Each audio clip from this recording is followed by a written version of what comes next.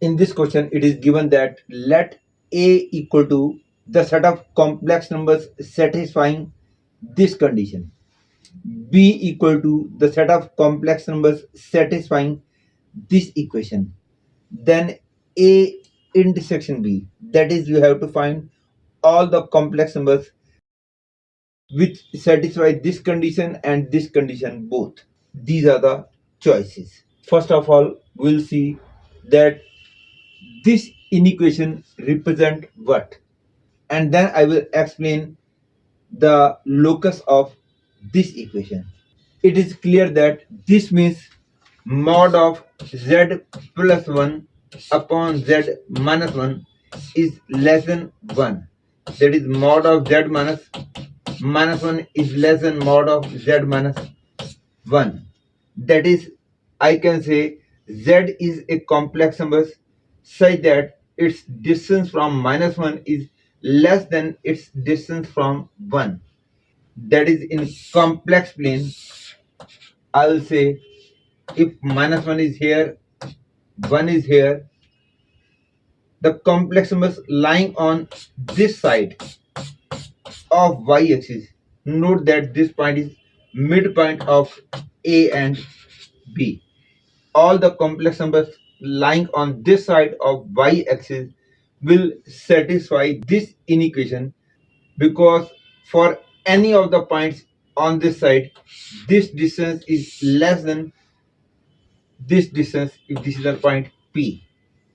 That is, I can say set A is the complex numbers of all these points on left hand side of y-axis.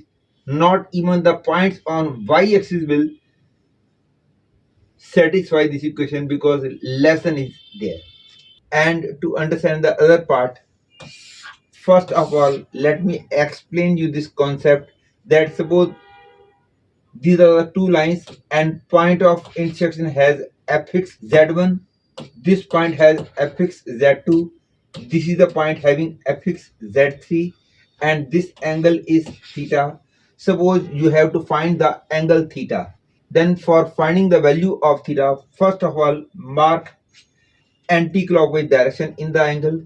Then I will say theta is equal to argument of, say this is a point A, this is a point B, this is a point C, and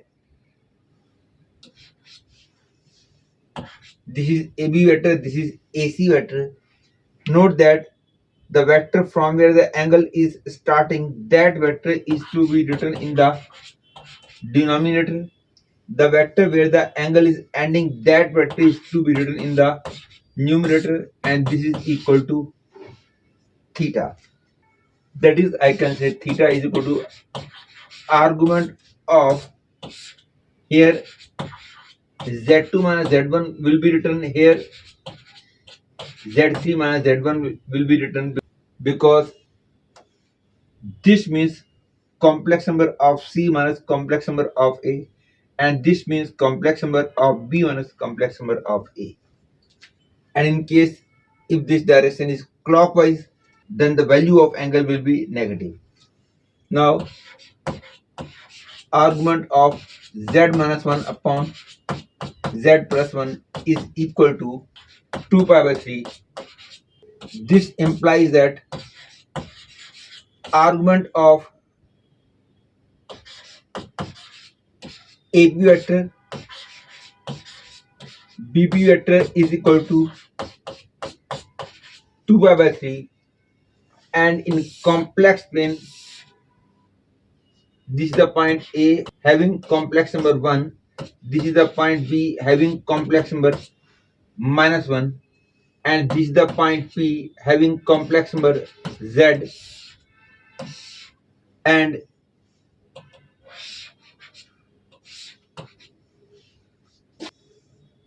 AP vector is in this direction, BP is in this direction, and according to the formula I just now told, this means angle has to start from BP vector and go up to AP vector, and the direction should be anti-clockwise.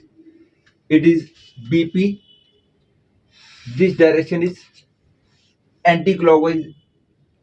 This is correct diagram.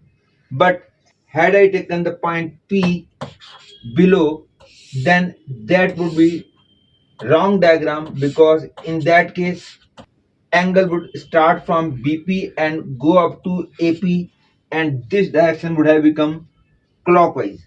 Had it been minus 2 pi by 3, the point P would have lied below x-axis. And because the angle is fixed, it means locus of the point P will be a circle, and that will not be a complete circle, because 2 by 3 angle is obtuse. Actually this will be a part of this circle, but these points will not be satisfying this equation. Only these are the points which will be considered as solution of this equation. Yes, this would be minor arc of the circle, this would have been major arc of the circle, because this angle is obtuse.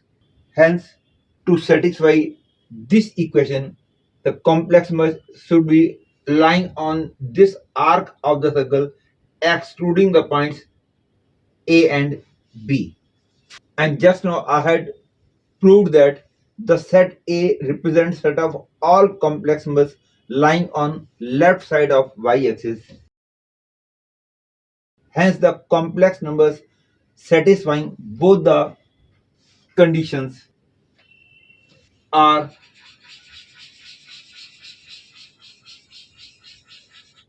these, excluding this point and this point both, because the points were lying on left hand side of y-axis. And because in the choices he has spoken about the center of the circle also, it's not difficult to find the center of the circle. And to find the center of the circle, it is clear that because this angle is 2 pi by 3,